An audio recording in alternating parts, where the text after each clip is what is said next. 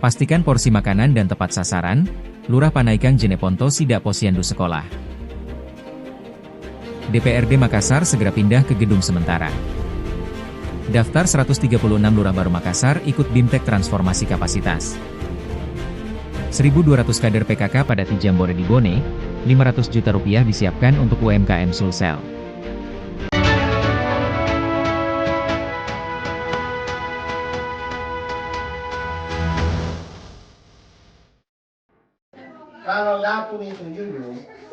Program makanan bergizi gratis, MBG, yang menyasar balita, ibu hamil, dan anak sekolah menjadi perhatian serius di tingkat kelurahan di Kabupaten Jeneponto, Sulawesi Selatan.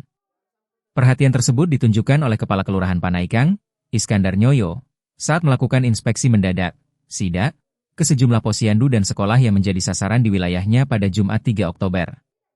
Menurut Iskandar, sidak dilakukan berdasarkan dari bagian tindak lanjut Bupati Jeneponto, Haji Paris Yasir, untuk memastikan makanan yang didistribusikan dapur MBG ke posyandu dan sekolah, tetap higienis dan sesuai standar gizi.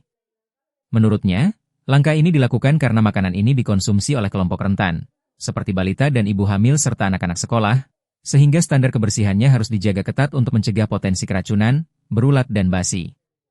Oleh karena itu, ia ingin memastikan setiap paket makanan memiliki komposisi yang seimbang, termasuk protein hewani, sayuran, dan sumber karbohidrat, sesuai dengan pedoman program MBG. Selain itu, pihaknya juga diperintahkan untuk mengecek jumlah makanan yang tersedia di wilayah kerjanya saat ini harus sesuai dengan data penerima. Sebab, jumlah makanan yang tersedia terkadang melebihi dari data yang ada.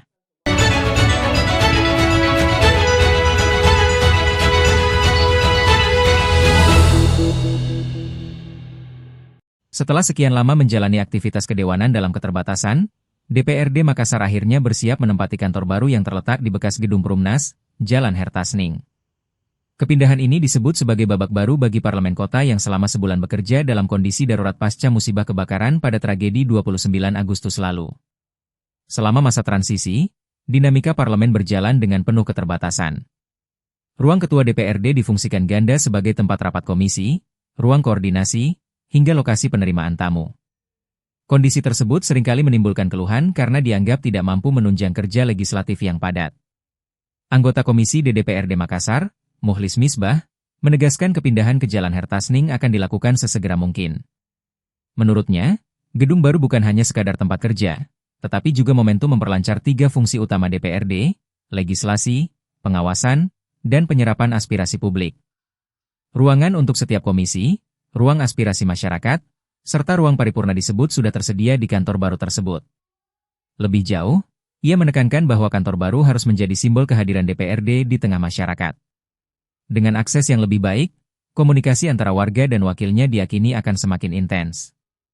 Sebelumnya, Sekretaris DPRD Kota Makassar, Andi Rahmat Mapatoba, menjelaskan perpindahan ke gedung sementara ini semula dijadwalkan 1 Oktober namun mundur ke 7 Oktober lantaran kendala anggaran sewa yang masih menunggu pengesahan Perda Perubahan.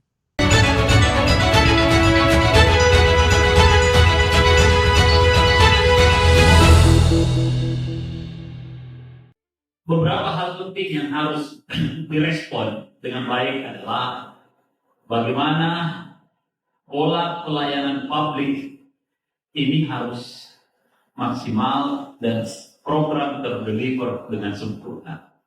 Nah, caranya seperti apa? Semua SKPD, semua tim ahli akan turun untuk membicarakan, menyatukan sebuah persepsi dari pola pikir yang berbeda-beda, memang harus dikumpul jadi satu sehingga outputnya sama, tone-nya sama. Saya tidak mau ada yang pas. Ini ibaratnya sebuah orkestra. Sebanyak 136 Lurah baru Makassar resmi mengikuti kegiatan bimbingan teknis, BIMTEK, transformasi kapasitas yang dibuka langsung oleh Wali Kota Makassar, Munafri Arifudin, di Aula Sipakatau Balai Kota Makassar, Jumat 3 Oktober. BIMTEK ini digelar tidak lama setelah ratusan lurah tersebut dilakukan penyegaran dari posisinya dan dilantik. Forum ini menjadi titik awal konsolidasi untuk menyatukan langkah, membangun persepsi yang sama, sekaligus memperkuat kapasitas lurah sebagai ujung tombak pelayanan publik di level kelurahan. API menegaskan pentingnya forum tersebut agar tidak terjadi perbedaan tafsir dalam menjalankan program pemerintah. API juga menekankan bahwa pelayanan publik harus lebih sempurna dan merata di seluruh kelurahan, dengan dukungan transformasi digital, sistem pengadaan barang jasa yang transparan, hingga penguatan kepemimpinan lurah sebagai pemimpin wilayah.